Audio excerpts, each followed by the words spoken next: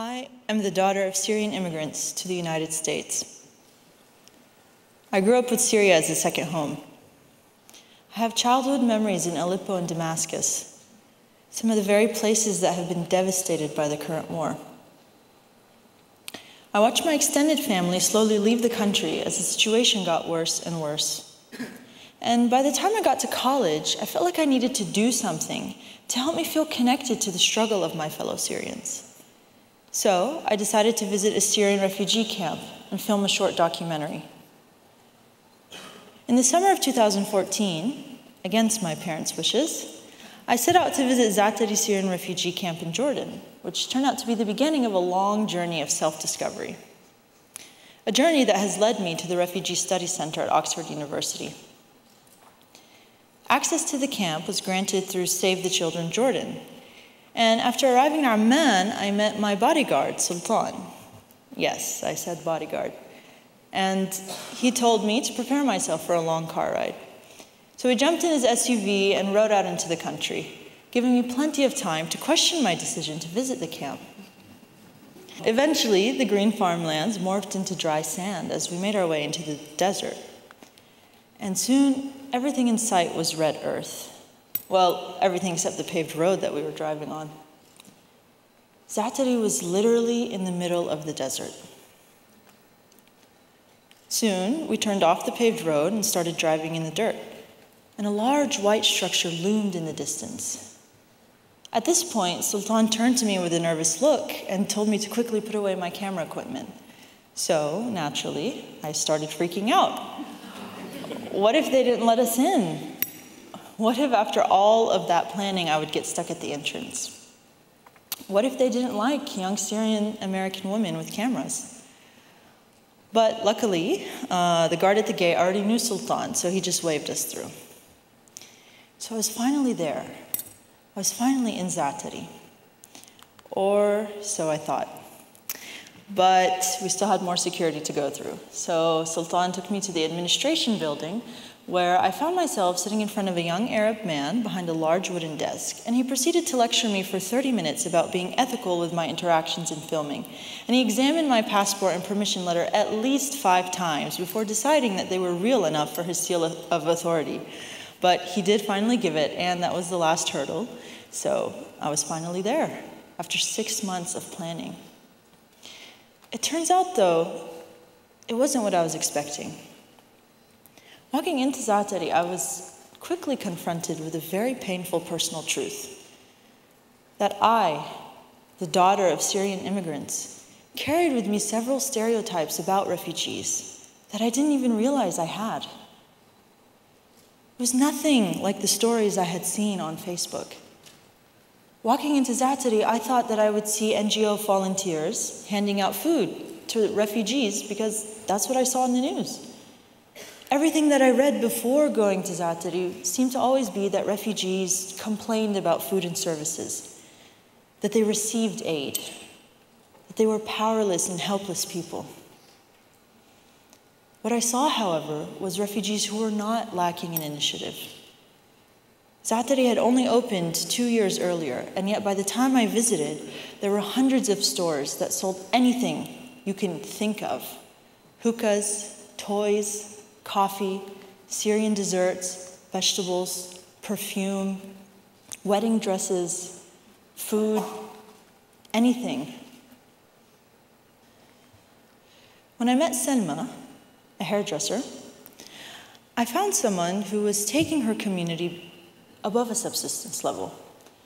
Someone who was going beyond what humanitarian aid provides. She was helping brides feel beautiful on their wedding day in a refugee camp in the middle of the desert. I interviewed Selma in her private salon, which she had recently opened.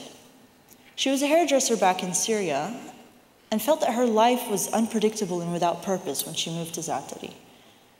So, together with her mother and sister, she gathered enough resources to buy a trailer and opened a private hair salon for women in the camp. Now, she supports herself and her family with the income that she makes from her business. The more stories I heard and people that I spoke with, the more I began to feel ashamed for the misconceptions that I held. even though they were subconscious, I still felt ashamed. Walking into Zaatari, I realized that I carried with me very deeply hidden ideas about what refugees should look like, what they should dress like, how they should eat, how they should behave. For example, there's a widely held suspicion that, in spite of war, refugees are fleeing for economic advantage, that they're seeking economic opportunities in rich Western countries.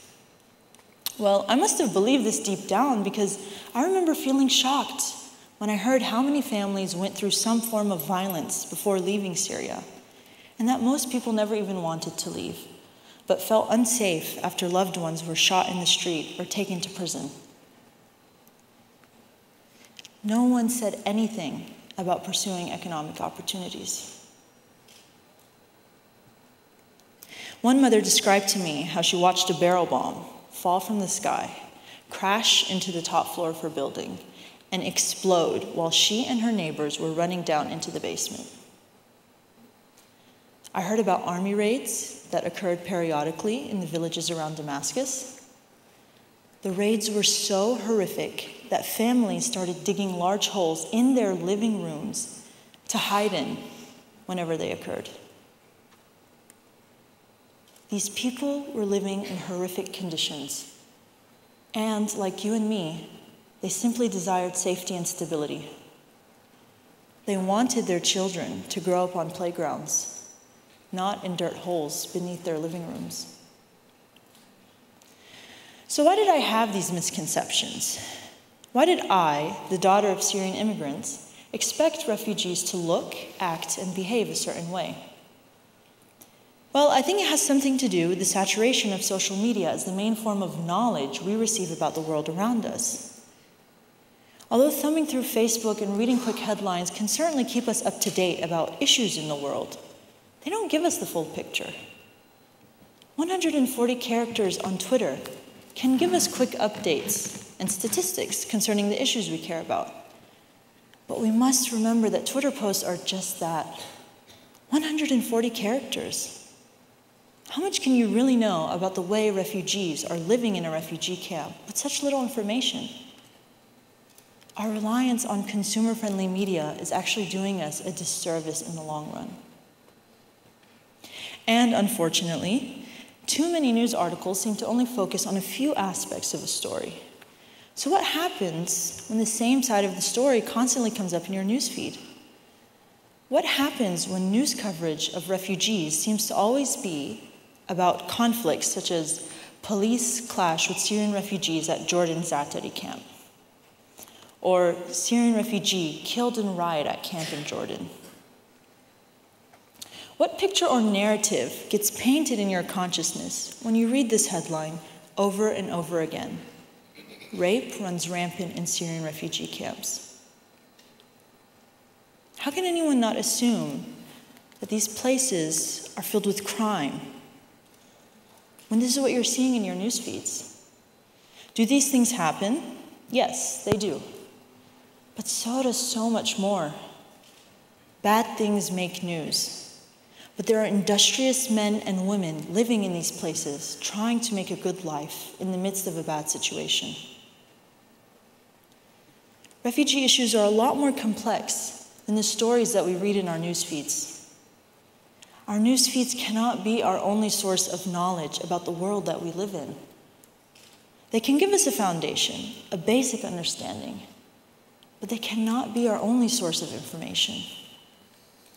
We must move beyond consumer-friendly to consumer, or more properly, to citizen, engaged.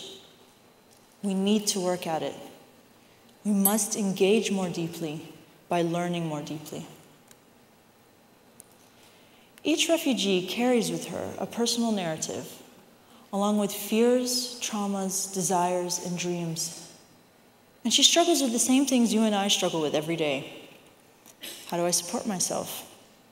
How do I make myself look beautiful on my wedding day? How do I find a job so that my kids can eat and get a good education? How do I stay connected with friends and family? Now, I understand that not all of us can have personal conversations with refugees. I understand that many of us will probably never even meet one, or know that we did. But the refugee crisis has become part of a daily social and political discourse in America. Refugees are a part of our global community who deserve a little more time and effort on our part when it comes to trying to understand them and the complexity of their situation. 4.8 million Syrian refugees alone. I think they deserve a little more time than Grumpy Cat in the latest skit on SNL. They deserve our concern as part of our global community, as people like you and me. Thank you.